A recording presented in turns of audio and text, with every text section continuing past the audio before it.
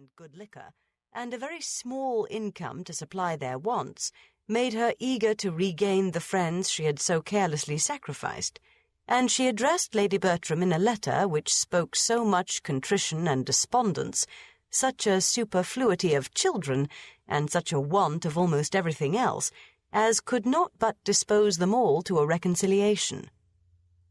She was preparing for her 9th lying-in, and after bewailing the circumstance and imploring their countenance as sponsors to the expected child, she could not conceal how important she felt they might be to the future maintenance of the 8 already in being.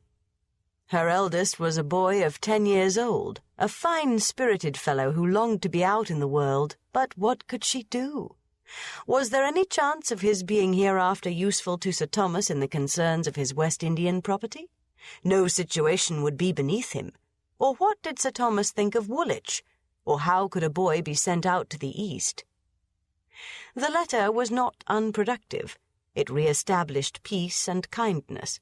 Sir Thomas sent friendly advice and professions, Lady Bertram dispatched money and baby linen, and Mrs. Norris wrote the letters. Such were its immediate effects, and within a 12-month a more important advantage to Mrs. Price resulted from it. Mrs. Norris was often observing to the others that she could not get her poor sister and her family out of her head, and that much as they had all done for her, she seemed to be wanting to do more.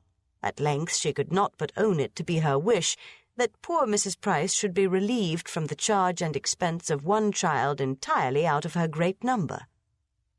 What if they were, among them, to undertake the care of her eldest daughter, a girl now 9 years old, of an age to require more attention than her poor mother could possibly give? The trouble and expense of it to them would be nothing compared with the benevolence of the action. Lady Bertram agreed with her instantly. "I think we cannot do better," said she.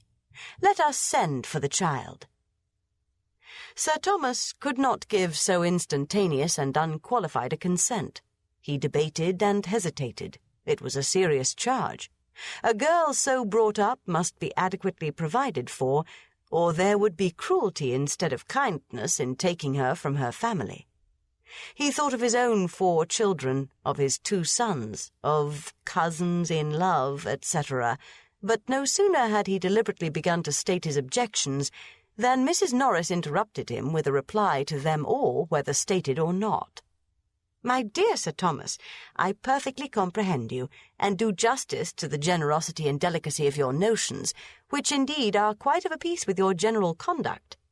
And I entirely agree with you in the main as to the propriety of doing everything one could by way of providing for a child one had in a manner taken into one's own hands. And I am sure I should be the last person in the world to withhold my mite upon such an occasion. Having no children of my own, who should I look to in any little matter I may ever have to bestow but the children of my sisters? And I am sure Mr. Norris is too just. But you know I am a woman of few words and professions. Do not let us be frightened from a good deed by a trifle. Give a girl an education and introduce her properly into the world, and 10 to 1 but she has the means of settling well without farther expense to anybody. A niece of ours, Sir Thomas, I may say, or at least of yours, would not grow up in this neighbourhood without many advantages. I don't say she would be so handsome as her cousins. I dare say she would not. But she would be introduced into the society of this country under such very favourable circumstances as, in all human probability, would get her a creditable establishment. You are thinking of your sons. But do not you know that of all things upon earth that is the least likely to happen, brought up as they would be always together like brothers and sisters? It is morally impossible. I never knew an instance of it. It is, in fact, the only sure way of providing against the connection. Suppose her a pretty girl, and seen by Tom or Edward for the first time 7 years hence, and I dare say there would be mischief.